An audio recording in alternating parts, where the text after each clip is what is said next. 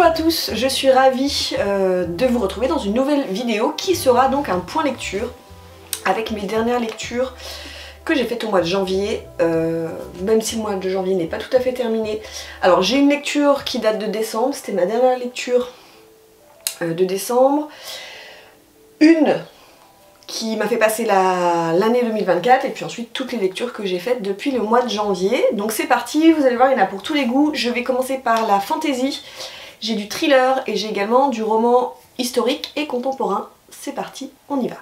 Le premier roman dont je vais vous parler, c'est Angel Mage de Garth Nix, c'est aux éditions Léa.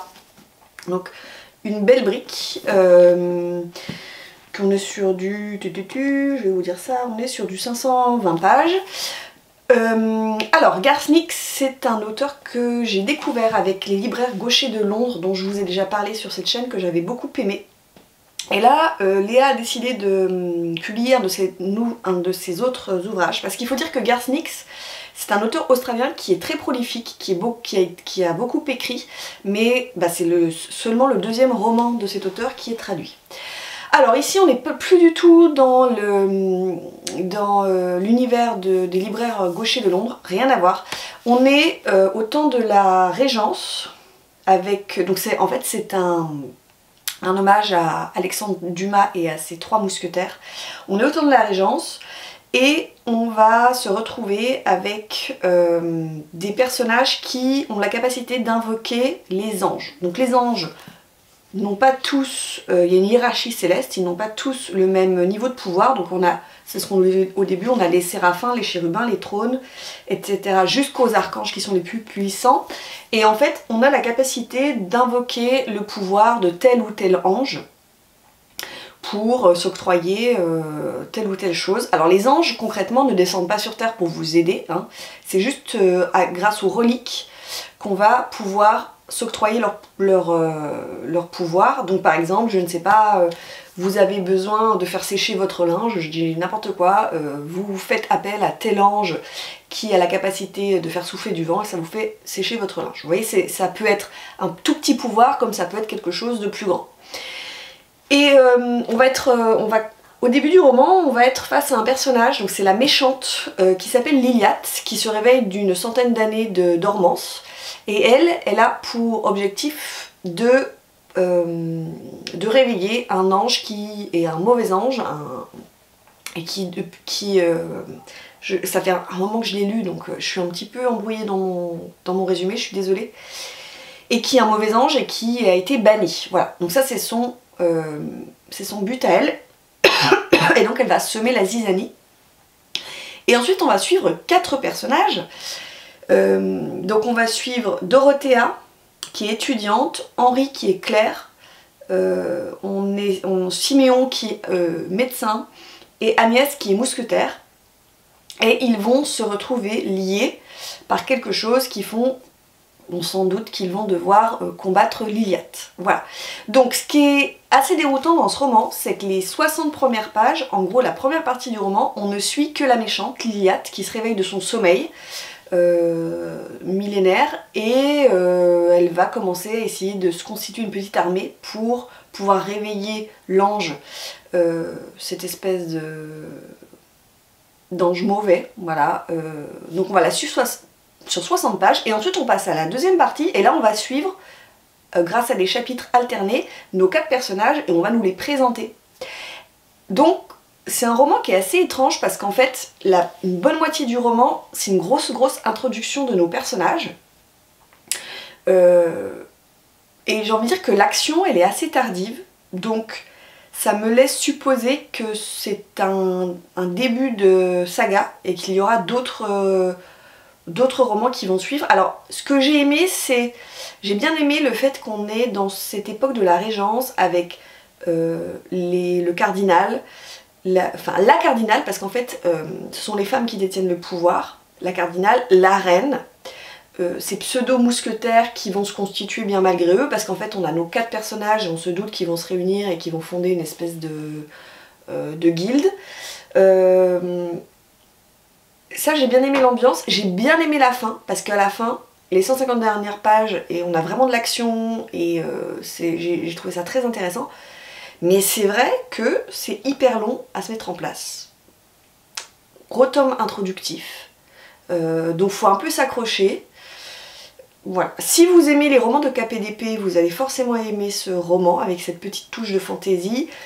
Après, ce que je reproche à l'auteur, c'est que je trouve que le système de magie, donc où on passe par ces espèces d'anges, d'archanges, parfois c'est pas très clair et c'est parfois un peu embrouillé. Voilà, donc j'attends de voir s'il y a une suite, j'imagine que oui. D'ailleurs la dernière phrase je l'ai supposée, en me disant que la suite ce sera peut-être un petit peu plus dynamique. Et on suivra les personnages dans d'autres aventures. Ensuite, en fantasy, gros coup de cœur pour cette grosse brique Ruine de John Gwynne, toujours aux éditions Léa.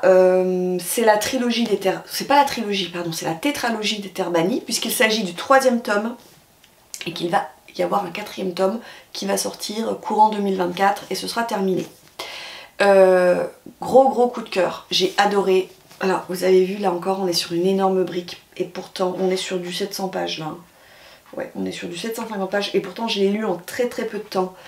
Je vais pas vraiment vous parler de ce tome 3, parce que ça, ce serait vous gâcher et vous déflorer l'intrigue. La saga des terres bannies, c'est en gros la lutte du bien contre le mal.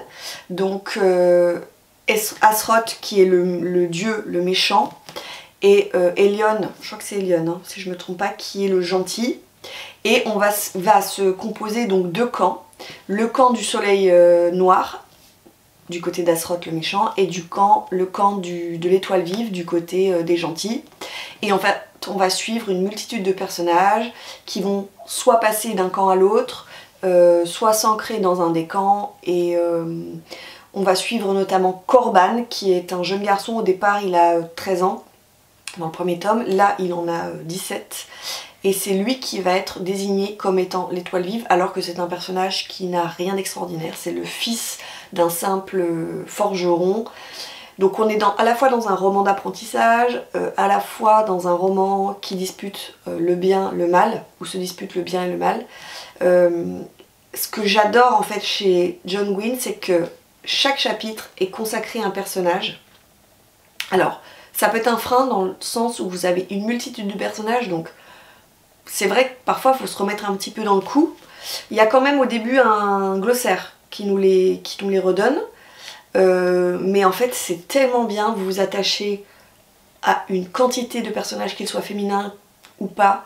Il n'hésite pas à sacrifier certains de ces personnages également. Et en fait vous n'avez qu'une envie, c'est quand vous commencez, les chapitres sont courts, donc c'est hyper addictif, vous avez envie de savoir ce qui se passe, il y a des retournements de situation. C'était trop bien, voilà, c'était vraiment trop bien. Je ne peux que vous conseiller cette saga. Et à savoir que Léa va enfin sortir une collection poche de ses romans. Et je crois que dans la collection poche est prévu au moins le 1er tome de la saga des terres bannies. Donc vous pouvez vous faire plaisir. Alors c'est sûr que c'est de la brique, mais vraiment c'est une excellente saga que je recommande. Il y a il se passe énormément de choses. Quand je vous ai dit au début, c'est le bien contre le mal, c'est plus compliqué que ça. Vous avez des retournements, vous avez des personnages qui sont sacrifiés. C'était vraiment trop bien. Et j'attends avec impatience la fin de ce roman. Et parce qu'encore, à chaque fois, en fait, il termine ses romans par un cliffhanger. Donc j'ai vraiment hâte de savoir ce qui va se passer dans la suite. Donc du coup, j'ai fini pour ce qui était de la fantaisie. Je vais maintenant vous parler d'un thriller que j'ai reçu de la part des éditions Albin Michel. C'est le dernier Lisa Gardner qui s'intitule L'été d'avant.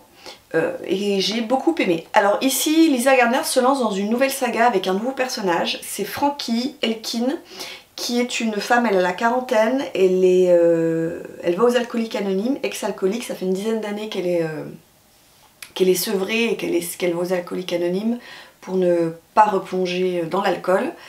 Et en fait, alors en plus pour se compliquer la vie, elle fait des petits boulots dans des bars. Voilà, elle est serveuse dans des bars. C'est un peu sa thérapie en fait, hein. Ça lui fait quand même... Elle se fait du mal mais en même temps elle se fait du bien. Et en fait elle va de ville en ville pour reprendre des cold cases, des enquêtes, de disparitions. Et en général elle arrive à retrouver les personnes disparues. Elle n'est ni détective privée, elle n'est ni flic, elle fait simplement ça de manière bénévole. Et en fait, elle a déjà retrouvé une quinzaine de personnes comme ça. Et là, elle se retrouve à Boston pour enquêter sur une jeune fille qui s'appelle Angélique, qui est d'origine haïtienne. Parce qu'en fait, elle s'attaque aux disparitions de personnes, en gros, en général, issues des minorités. Parce qu'en fait, la police, une fois qu'elle a légèrement enquêté, elle laisse tomber puisque ça ne concerne des minorités, des Mexicains, des Noirs, des Indiens. Et donc, elle ne s'y intéresse plus. Et très vite, pareil dans la sphère médiatique, l'intérêt retombe. Donc elle s'empare vraiment de ces cas difficiles. Elle se retrouve donc à Boston pour enquêter sur la disparition d'Angélique et elle va devoir faire équipe. Alors c'est plutôt lui qui va devoir faire équipe avec elle, bien malgré lui, avec un flic. Alors au niveau de l'intrigue, il n'y a rien de révolutionnaire. J'ai envie de dire c'est une intrigue lambda avec recherche de la disparition d'une jeune femme. Quoique moi je m'étais imaginé plein de scénarios, mais à aucun moment je n'avais envisagé cette possibilité, donc c'était quand même intéressant. Gros point fort sur l'ambiance de l'atmosphère, on est à Boston et on est dans les quartiers pauvres, dans les quartiers noirs de Boston, et je trouve que c'est hyper bien rendu. Elle se débrouille vraiment bien là-dedans, Lisa Garner. Mais gros coup de cœur par contre pour le personnage de Frankie Elkin qui...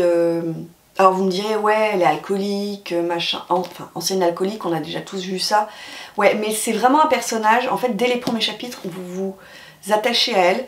Et ce que j'aime bien, c'est que comme elle n'est ni flic ni détective privé, elle a sa manière bien à elle d'enquêter.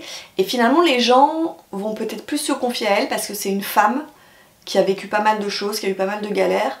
Et il y a des choses qu'elle remarque que les flics n'ont pas vues. Les gens vont se confier à elle parce que justement ce n'est pas une policière, donc ils vont plus avoir tendance à lui révéler des détails ou des choses qui lui reviennent en mémoire. Et puis oui, surtout elle a ce petit truc en plus qui fait qu'elle remarque des détails sur lesquels on était complètement passé jusqu'à présent. Donc j'ai hâte que l'autrice écrive d'autres romans qui mettent en scène ce personnage qui, je pense, va s'étoffer au fil des sagas, de la saga. Et vraiment, j'ai trouvé que c'était original et en tout cas du point de vue du personnage. Et c'était vraiment bien. Donc je vous conseille ce roman policier. Ensuite, je passe à un roman historique. Voilà, j'ai lu Un bûcher sous la neige de Suzanne Fletcher. Aux éditions J'ai lu, voilà, c'est un roman qui est paru il y a déjà quand même beaucoup de temps. Je l'ai lu dans le cadre de mon club de lecture parce qu'on devait lire un roman dont le titre ou la couverture a un rapport avec l'hiver. Donc Un bûcher sous la neige, j'étais bien tombée. Quand j'ai montré ce roman que j'allais lire, vous avez été nombreux à me dire « Ah ouais, il est super, gros coup de cœur, j'ai adoré ». Alors c'est pas un coup de cœur, mais ça reste quand même une excellente lecture et vraiment je vous encourage à vous pencher sur ce livre. On est au XVIIe siècle, oui c'est ça, au XVIIe siècle en Écosse et on découvre Corag qui est emprisonnée dans une geôle humide et en fait elle va mourir puisqu'elle est condamnée au bûcher puisqu'on a décrété que c'était une sorcière. Elle est très jeune, hein, elle a même pas la vingtaine je pense et en fait elle va recevoir la visite d'un prêtre, d'un pasteur irlandais qui lui enquête sur un massacre qui a été perpétré contre un clan écossais, le clan des MacDonald, et ce seraient les soldats anglais qui auraient profité de l'hospitalité de ces Écossais et ensuite les auraient tués, les auraient égorgés dans leur sommeil. Et lui en fait il veut enquêter parce que cet ordre de tuer les Écossais aurait été donné par le roi Guillaume qui est protestant. Et ce pasteur irlandais qui est catholique n'a qu'un but, c'est de déstabiliser, essayer de trouver des preuves pour déstabiliser le pouvoir et pour faire revenir Jacques, catholique, sur le trône. Voilà. Et donc il va se rendre auprès de cette jeune Corag parce que cette jeune Corag aurait été le témoin de ce massacre en Écosse. Et donc on va avoir une alternance entre Corag dans sa cellule face au pasteur et puis le récit donc rétrospectif de Corag, qu'est-ce qui l'a amené de son Angleterre natale à arriver jusqu'à ce clan des MacDonald, puis à se faire emprisonner. C'est un roman qui parle beaucoup de la nature, parce que Korag, elle va avoir un rapport à la nature formidable, aux animaux. C'était vraiment... Et vous avez des pages qui sont magnifiques, qui sont très émouvantes. Donc son enfance auprès d'une mère qui va être pendue parce que cette mère est accusée de sorcellerie.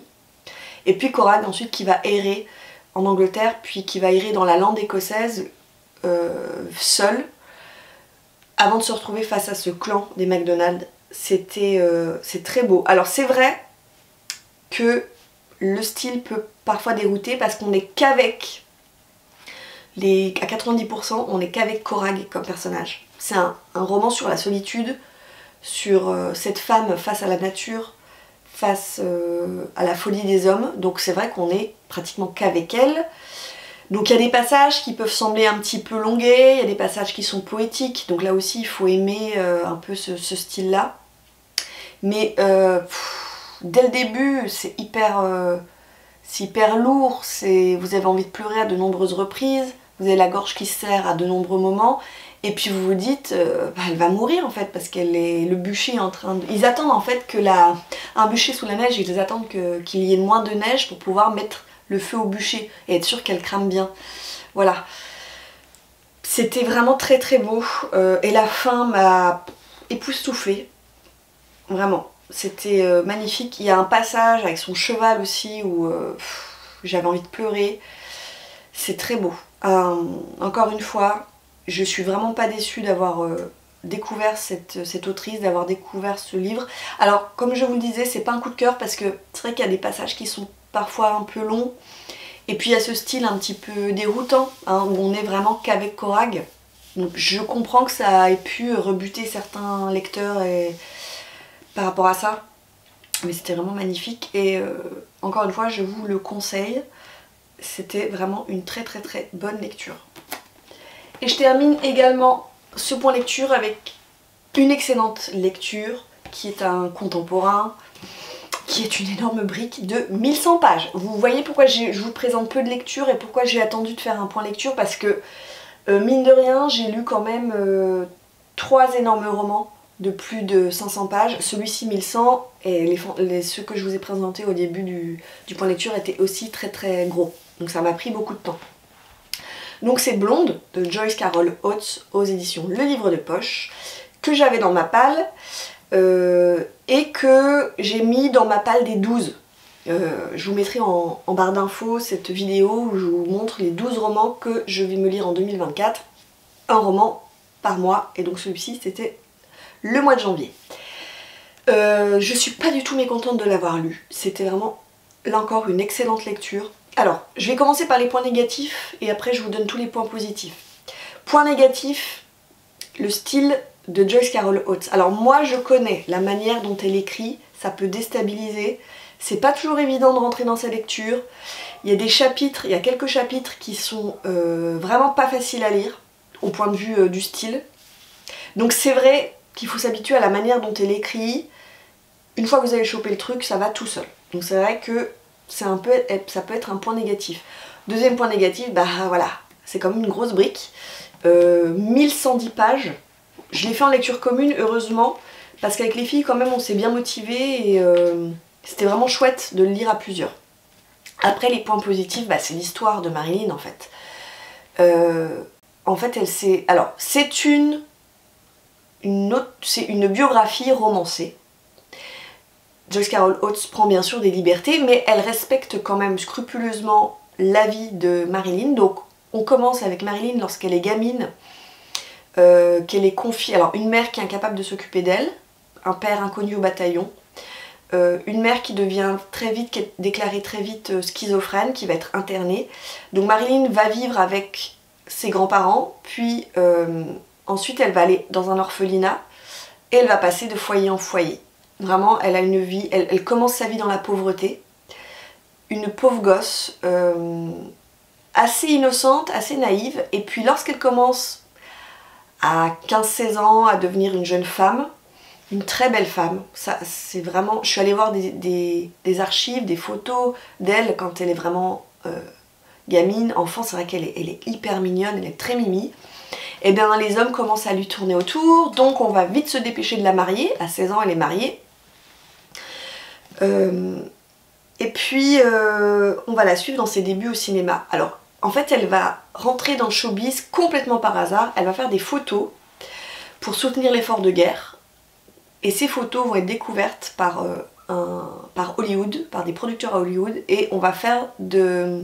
Alors je l'ai appelée Marilyn, mais en fait c'est Norma Jean. Norma Jean va devenir Marilyn et en fait Joyce Carol Oates vous montre comment on a façonné ce personnage. C'est-à-dire qu'on a pris une gamine de 17-18 ans et comment est-ce qu'on en a fait un sexe symbole. Un sexe symbole, donc il y a des choses complètement effarantes et elle le dit, enfin, elle le fait très bien ressortir dans ce roman, Joyce Carol Oates, c'est-à-dire que Norma Jean dit je vais devenir Marilyn, je vais me faire maquiller pendant 5 heures, me faire coudre une sur mesure la robe où elle peut plus bouger dans sa robe tellement c'est cousu sur elle, hein. Elle dit hein, que la robe lui est cousue dessus et en fait elle se glisse dans le personnage de Marilyn et qu'elle a été exploitée parce que c'était une belle femme qui a fait du cinéma pour un public masculin et elle a été exploitée complètement par les hommes. En fait sur les tournages elle ne gagnait pratiquement rien. Elle a été pauvre, elle a été dans la dèche toute sa vie, elle a été exploitée toute sa vie. Elle avait cette espèce de schizophrénie au sens où quand elle enlevait son costume, elle redevenait Norma Jean et elle voulait qu'on l'appelle Norma Jean. Mais en fait, ce personnage de Marilyn lui collait tellement à la peau qu'elle n'a pas pu s'en défaire. Et les gens réclamaient sa gloire, sa beauté, on faisait circuler des rumeurs horribles sur son appétit sexuel. Alors c'est sûr qu'elle a eu de nombreux amants, qu'elle a subi des avortements, mais c'est vraiment très bien fait et ça rend vraiment... Moi je connaissais pas beaucoup en fait Marilyn Monroe et ça la rend vraiment humaine et on se dit mais la pauvre en fait parce que elle voulait simplement être reconnue comme étant Norma Jean avec cette espèce de naïveté enfantine qui lui reste et puis on en a fait une espèce de poupée Barbie, déshabillée du regard, avec qui on pouvait coucher comme on voulait. Et alors la fin du roman, mais terrible. Donc à la fin elle meurt forcément en 1962, mais c'était d'une cruauté, d'une violence, tout le star system hollywoodien qui je pense a perduré jusqu'aux années MeToo en fait, jusqu'au scandale MeToo. Je pense que les actrices étaient considérées comme Marilyn l'a été en son temps et que le scandale MeToo a fait bouger les choses et a fait exploser le star system de ce point de vue là. Voilà, ayez le courage de vous lancer dans cette briquette, 1110 pages, mais ça vaut vraiment le coup et vous en sortez essorés. Les dernières pages sont d'une cruauté, mais on en ressort, on est plein d'empathie et on a vraiment le point de vue, enfin moi mon point de vue a complètement changé sur elle, c'était vraiment très beau. Donc je ne peux que vous conseiller ce magnifique roman contemporain, historique, et encore une fois la plume de Joyce Carol Oates sublime tout ça. Voilà, c'en est tout pour ce point lecture qui, vous voyez, n'était pas... Alors je ne vous ai pas présenté beaucoup de livres, mais ils étaient tous très gros et tous très bons. N'hésitez pas à voir en barre d'infos, je vous détaille à chaque fois tout ce que j'ai lu si vous voulez les retrouver en librairie. N'hésitez pas à laisser un petit commentaire pour me dire si vous avez lu les livres que je vous ai présentés ou si je vous ai donné envie de les lire ou pas du tout. Ça me fait toujours plaisir d'échanger avec vous et de vous répondre. N'hésitez toujours pas non plus à aller sur Instagram si vous voulez faire des lectures communes, c'est là-bas que ça se passe. Je vous laisse, il y aura bientôt une autre vidéo qui va apparaître rapidement. Et puis je vous ferai aussi un book haul parce que j'ai pas mal de choses à vous montrer finalement. Je vous ai pas montré ce que j'avais acheté en décembre et puis en janvier finalement j'ai acheté des choses et j'ai reçu des choses. Bref, voilà. J'arrête, je vous laisse, je vous souhaite de très belles lectures et je vous dis à bientôt pour une prochaine vidéo. Ciao!